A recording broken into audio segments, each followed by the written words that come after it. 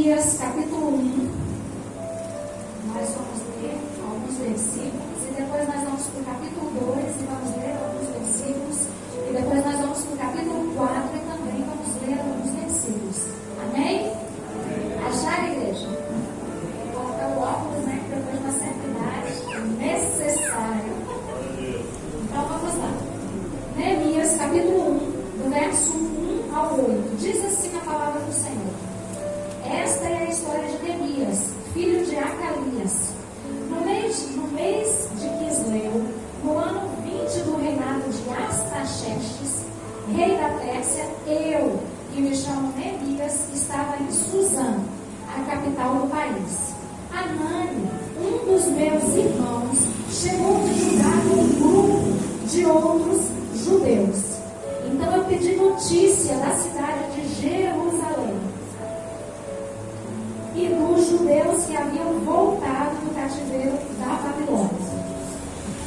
Eles me contaram que aqueles que não tinham morrido e haviam voltado para a província de Judá estavam passando por grandes dificuldades. Contaram também que os estrangeiros que moravam ali por perto os desprezavam. Disseram finalmente que as muralhas de Jerusalém ainda estavam caídas e que os portões que haviam sido queimados ainda não tinham sido consertados. Quando ouvi isso, eu me sentei e chorei. Durante alguns dias, eu fiquei chorando e não comi nada. E fiz a Deus esta oração. Ó Deus, Tu és Deus, Tu és grande e nós Te tememos. Tu és fiel e guardas a Tua aliança com aqueles que Te amam e obedecem os Teus mandamentos. Olha para mim, ó Deus, e ouve as orações que Te faço dia e noite em favor dos Teus servos, o povo de Israel. Eu confesso que nós, o povo de Israel, temos pecado. Os meus antepassados e eu temos pecado. Com os nossos atos temos pecado contra o Senhor e não temos obedecido os Teus mandamentos. Não temos obedecido as leis que nos destes por meio de Moisés, Teu servo. Capítulo 2, verso 1 a 5. O que vou contar aconteceu 4 meses mais tarde, no 20º ano do reinado de Artaxerxes. Um dia, quando o rei estava jantando, eu peguei um vinho e o servi. O rei nunca havia me visto triste e por isso perguntou: por que você está triste? Você não está doente? Portanto, deve estar se sentindo infeliz. Verso 3. E respondi: e o rei viva para sempre. Como posso deixar de parecer triste quando a cidade onde os meus antepassados estão sepultados está em ruínas e os portões estão queimados? O rei perguntou: o que você quer? Eu orei a Deus do céu e depois disse ao rei: se o Senhor está contente comigo e quiser atender um pedido, deixe que eu vá para a terra de Judá, a fim de reconstruir a cidade onde os meus antepassados estão sepultados. Capítulo 4, verso 1 ao 3. Quando Sanbalate soube que os judeus estavam reconstruindo as muralhas, ficou furioso e começou a caçoar de nós. Diante dos seus companheiros e do exército dos samaritanos, ele disse: o que é que esses judeus miseráveis estão fazendo? Será que eles pretendem reconstruir a cidade? Será que eles pensam que, oferecendo sacrifícios, poderão acabar com o trabalho em um dia? Será que dos montões de entulho e das pedras que foram queimadas, eles podem tirar pedras para a construção? Tobias, que era do país de Amon, estava com ele e disse: que tipo de muralha eles poderão construir? Até mesmo uma raposa poderia derrubá-la. Amém? A palavra do Senhor aqui nos relata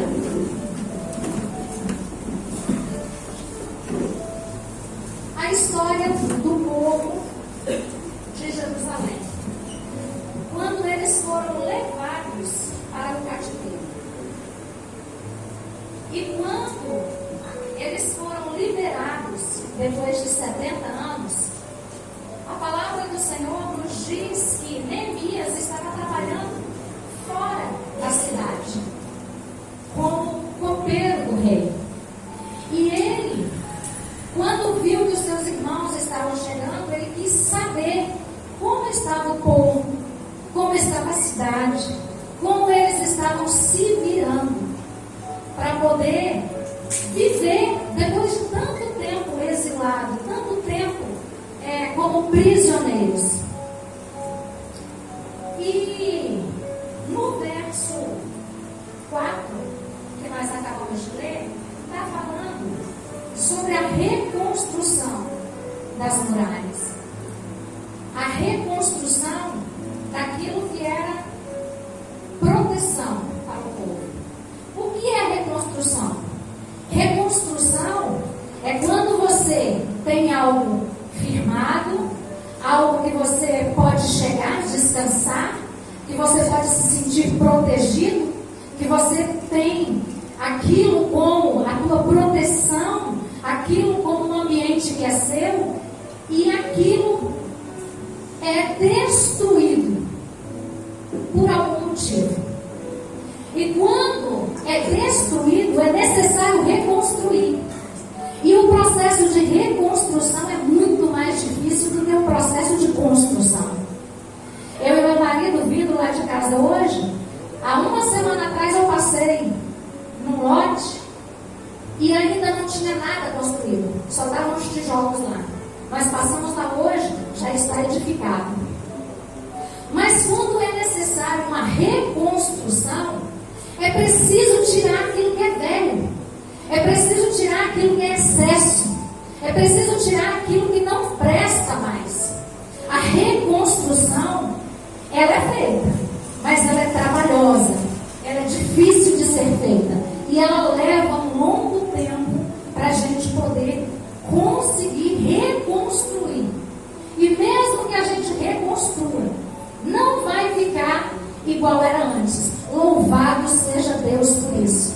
Porque nós podemos pegar aquilo que estava velho, feio, acabado, torto e fazer tudo novo com excelência. Amém, igreja?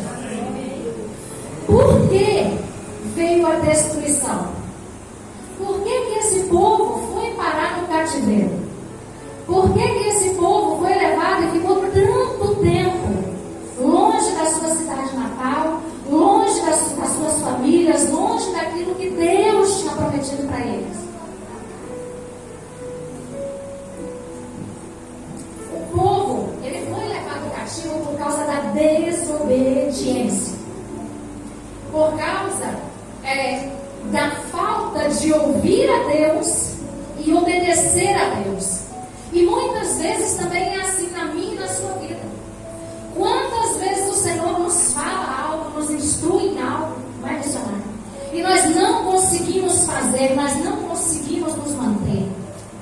Então, por que esse povo foi levado para o cativeiro? Primeiro, desobediência a princípios de Deus, rebeldia contra os mandamentos de Deus, mentiras, quedas nos mesmos pecados sempre, indiferença à voz de Deus, egoísmo, falta de arrependimento. O povo não quis se arrepender, mesmo Deus levantando juízes, profetas, pessoas para estar direcionando, pessoas para estar corrigindo. Eles não quiseram obedecer. Os mandamentos do Senhor estão na palavra do Senhor para mim e para a sua vida. Aqueles que obedecem a palavra de Deus comerão o melhor dessa terra e serão levados para a eternidade com o Senhor. Mas aqueles que desobedecem vão receber aqui mesmo a destruição da causa da sua consequência, a consequência da sua causa. Desobediência traz maldição. Tudo isso construiu e contribuiu para a destruição da proteção e da provisão de Deus. Por quê? Porque muro fala de proteção, fala de um lugar seguro, fala de um lugar de descanso. E no livro de Neemias, Deus ele nos convida a reconstruir, assim como a irmã veio falar. É necessário reconstruir, mas não reconstruir somente as coisas materiais, as coisas palpáveis. Nós somos seres que nós estamos todos os dias em constante aprendizado, em constante ensinamento. Então nós podemos sim ser melhor do que ontem, hoje, e podemos ser pior do que hoje, do que seremos amanhã. Amanhã nós poderemos ser melhores do que hoje. Hoje nós podemos ser melhores do que fomos ontem. Porque nós estamos num processo de reconstrução. O Senhor é aquele que trabalha na nossa vida dia após dia. E o livro de Neemias é um convite de Deus. Ele nos chama para edificar, para reconstruir a nossa alma, a nossa vida nele. Onde os muros das nossas vidas podem ter sido destruídos. Nós nascemos, às vezes em contextos diferentes. Às vezes você já foi rejeitado no ventre da sua mãe. Talvez a sua mãe não esperava que você nascesse. E talvez aquilo traz marcas para você até hoje. Talvez a sua mãe não ficou com seu pai. E você também se sentiu abandonado, assim como a sua mãe foi. Você pegou aquele peso para você. E você se sente abandonado, e isso traz feridas na nossa vida. Os nossos muros são desconstruídos aí. Porque desde pequenos nós carregamos dentro de nós o impacto daquilo que nós recebemos exteriormente. E aquilo que nós recebemos exteriormente faz o nosso interior ser muros palpáveis, fortes, bons. Ou pode fazer também com que os nossos muros tenham proteções em algumas áreas, mas em outras estejam quebrados, destruídos, podres. Então, o Senhor nos convida para sermos reconstruídos, reconstruir a nossa personalidade. Feridas que talvez aconteceram, mudanças que você não estava preparado para poder viver, desequilíbrio emocional. Talvez você não estava preparado para ter uma perda. Quem está preparado para perder? Ninguém. Mas a vida ela é feita de perdas e ganhos, de vitórias e de derrotas. E quando nós não conseguimos passar esse processo, viver esse luto e continuarmos de pé, isso derruba os nossos muros. Isso atrapalha o nosso emocional. Talvez você tenha traumas vividos. Talvez você foi abusado na infância, não só sexualmente, mas emocionalmente. Pessoas que lançaram palavras de maldição contra você, como o nosso pastor falou. E isso causou dor, causou traumas, causou dores terríveis dentro de você, perdas, abandono, rejeição, relacionamentos fracassados.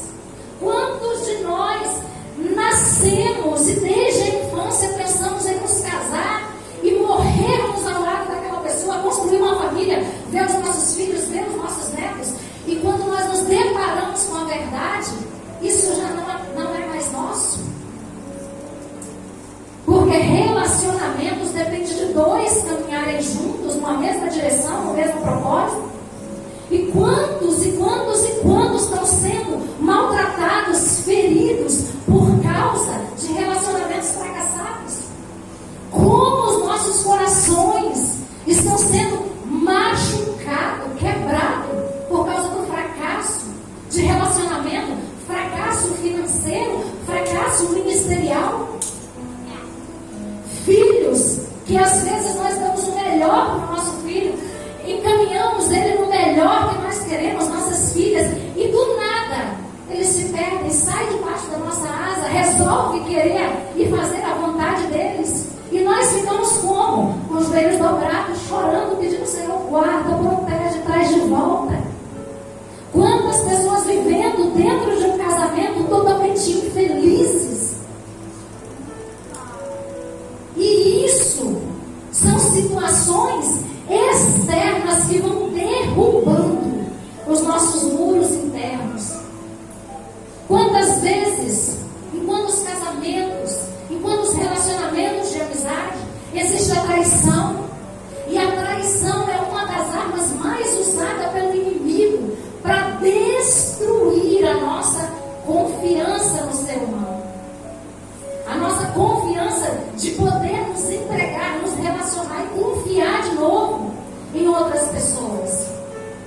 Então todas essas coisas vão tornando e fazendo dentro de nós muralhas que às vezes estão quebradas.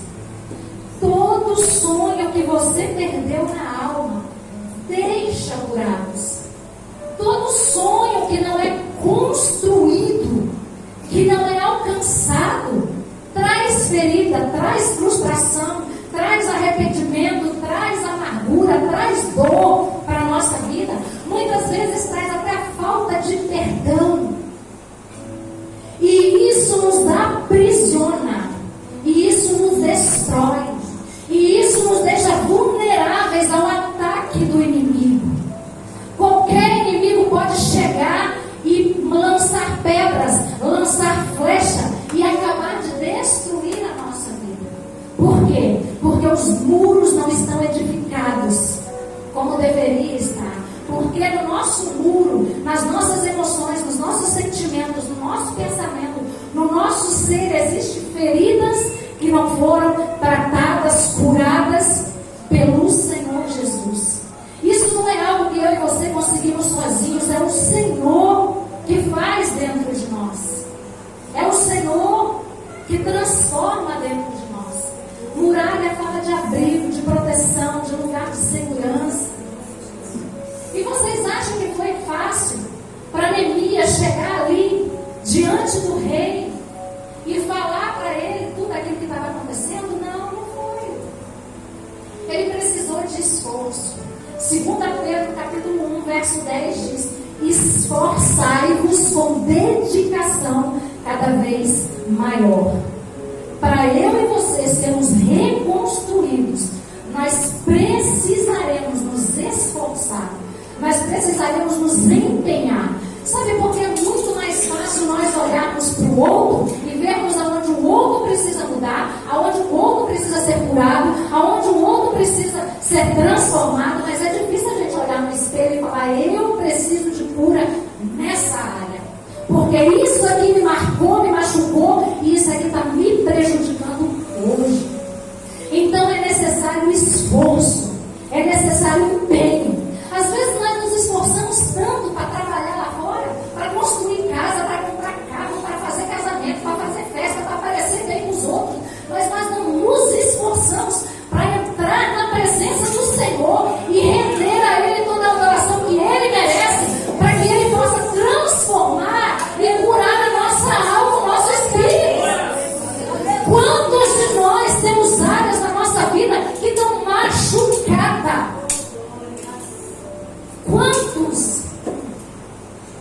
Quantos de nós nunca foi rejeitado, nunca foi abandonado, nunca se sentiu menosprezado, diminuído? Nós precisamos levar todas essas coisas para a cruz do Senhor, porque somente Ele tem restauração, transformação, cura sobre a nossa vida, somente Ele.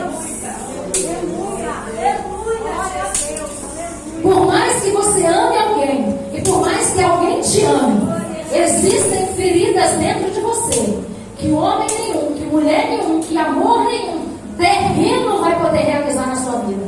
Somente Deus tem o poder.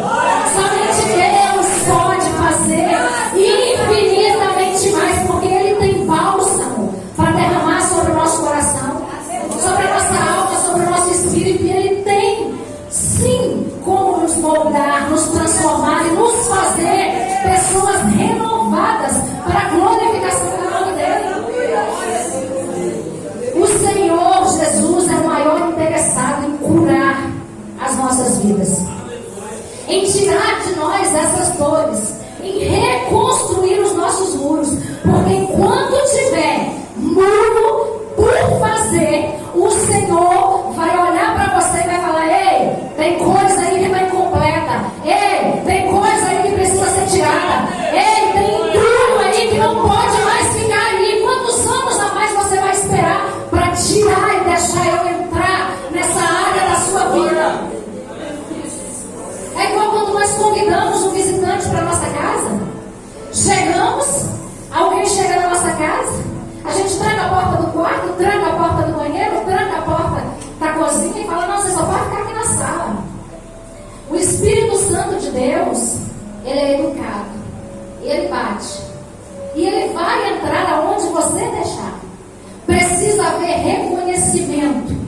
da nossa parte, para que o Senhor possa operar. E é isso que Neemias vai nos mostrando no seu capítulo 1, no seu capítulo 2 e no seu capítulo 4. Mostra que existe passos a ser dados para que essa reconstrução venha acontecer na nossa vida. E o primeiro passo a ser dado é saber da destruição. Em que área tem destruição? Em que área os muros não estão lá? Em que área não pode haver o toque porque na hora escorre sangue? Qual é a área que é necessário levantar os muros? Neemias, ele procurou saber. Ei, como é que está acontecendo? O que está acontecendo lá? Voltaram, não voltaram? Está de pé, não está de pé? Como que eles estão se alimentando? Como eles estão levando a vida? E aí vem a informação para ele. Olha, o povo que não morreu lá veio, e esse povo está sendo humilhado, rejeitado, desprezado, porque os estrangeiros que estão ali humilham eles em tudo. E mais, os muros estão caídos e as portas estão queimadas. Então, o primeiro passo é eu e você olharmos para nós e deixarmos o Espírito Santo ministrar no nosso coração aonde é que o muro está quebrado, qual porta que está queimada. Nós precisamos dar espaço para o Espírito Santo para que ele possa mostrar para nós a nossa ferida, porque muitas vezes nós não queremos reconhecer aonde estamos falhando. E se nós não reconhecermos, nós não temos como receber de Deus o antídoto que vai combater esse mal. Então nós precisamos ter consciência da destruição para poder reutilizar o que sobrou. Porque Neemias foi reconstruir, mas ele reutilizou muita coisa que estava lá. Qual foi o segundo passo? O segundo passo, Neemias orou, reconheceu os seus pecados familiares. Ele se arrependeu e ele pediu perdão. Precisa haver arrependimento para a mudança ser real e duradoura na nossa vida. Nós precisamos sim fazer como Neemias. Ele confessou os pecados, não só dele, mas familiares, geracionais. Quantos de nós olhamos para a nossa família e nós vemos um quadro, por exemplo, de alcoolismo, que veio do bisavô, do avô, do pai e agora está nos filhos? Nós precisamos identificar isso. Quantos casamentos você olha para os seus avós, para os seus bisavós e os seus tios, e por exemplo, eles já estão no terceiro, quarto casamento? Você já precisa começar a orar, a clamar, a pedir para Deus entrar nessa área da sua vida familiar. Foi isso que Neemias fez. Ele dobrou o joelho dele, ele foi orar, ele foi buscar. Senhor, lembra das promessas do Senhor. O meu povo tem pecado, o meu povo tem desobedecido, nós estamos pecando contra o Senhor.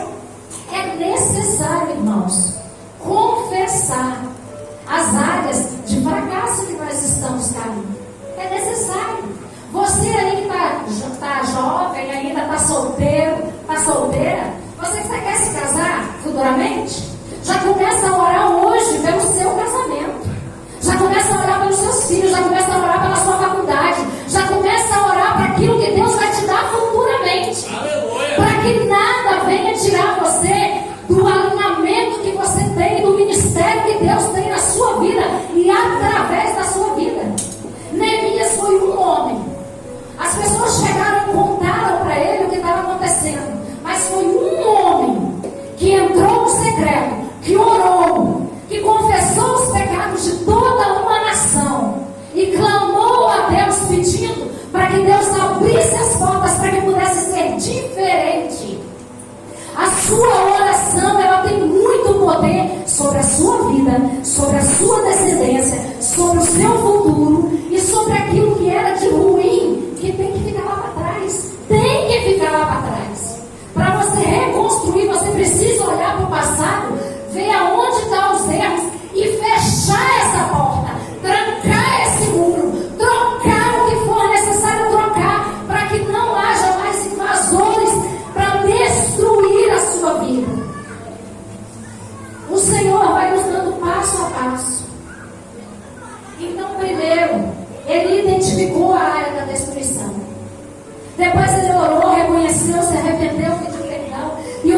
terceiro passo, ele foi ao rei e ele pediu liberação e condição para ele poder fazer algo diferente.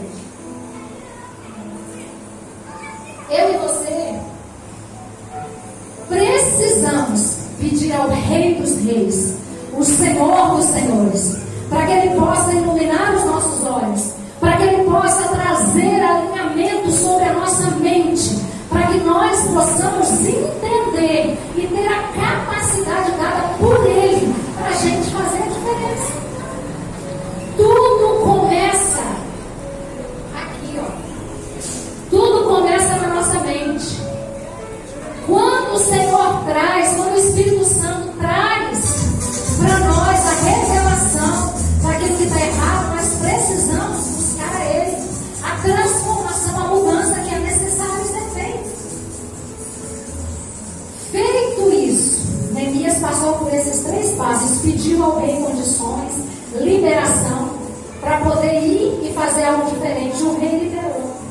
E aí nós vemos no capítulo 4, que feito todas essas coisas, chegou a grande hora da reconstrução.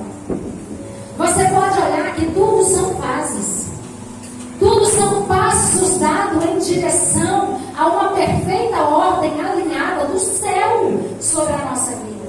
Não é feito de qualquer maneira. Uma reconstrução não é feita de qualquer maneira. Temos critérios a seguir. E Deus, Ele estabeleceu mandamentos e princípios para que a gente possa cumprir. Quando Neemias fez isso tudo, ele conseguiu ir para aquela cidade. E no capítulo 4 nos conta que eles conseguiram reconstruir. E o inimigo viu o que eles estavam fazendo. E o inimigo, ele ficou furioso, diz a palavra, contra aqueles homens. O inimigo, ele vai ficar assim, furioso contra mim e contra a sua vida. Por quê? Quando a obra começa, quando a transformação começa, quando a mudança começa, ele vem com aqueles dardos inflamados para poder nos desencorajar e nos parar. Quem está de pé na presença do Senhor e não sofre ataque do inimigo, não está reconstruindo direito. Presta atenção nisso. Quem está de pé na presença do Senhor e não sofre ataque do inimigo, não está reconstruindo direito. O que você está fazendo tem que bater de frente com o que o inimigo deseja para a sua vida. O inimigo, ele deseja que você se acovarde, que você se amedronte. Ele vai lançar palavras contra você, ele vai guiar pessoas contra você, ele vai zombar de você, ele vai dizer que você é um fracasso, que você vai ser uma perder mesmo, que todas as pessoas te abandonam, que você não serve para nada. Ele vai fazer isso porque ele quer te aterrorizar, te amedrontar e fazer você parar no meio do processo. Porque aqueles que param no meio do processo, eles são destruídos pelo inimigo. Porque se a porta está aberta, qualquer ladrão pode entrar. Se a porta está aberta, qualquer pessoa pode chegar e fazer a maldade que quiser. É por isso que nós precisamos não ouvir as palavras do inimigo, porque ele vai tentar nos amedrontar com palavras, ele vai tentar nos aterrorizar para nos fazer desistir, ele vai trazer zombaria sobre a nossa vida, ele vai até talvez trazer vergonha do seu passado, falar: ei, lembra quando você era lá atrás? Muitos que estamos aqui não nascemos em berços evangélicos, e nós tivemos uma vida pregressa, vergonhosa, no charco de lodo, de imundice. E o inimigo usa também essas coisas do nosso passado para nos fazer parar. Mas sabe o que é lindo? A palavra do Senhor nos diz que esse reconstrutor que tomou uma posição, o nome dele é Neemias. E Neemias significa Deus conforta, Deus consola. Você tem um Deus que te conforta.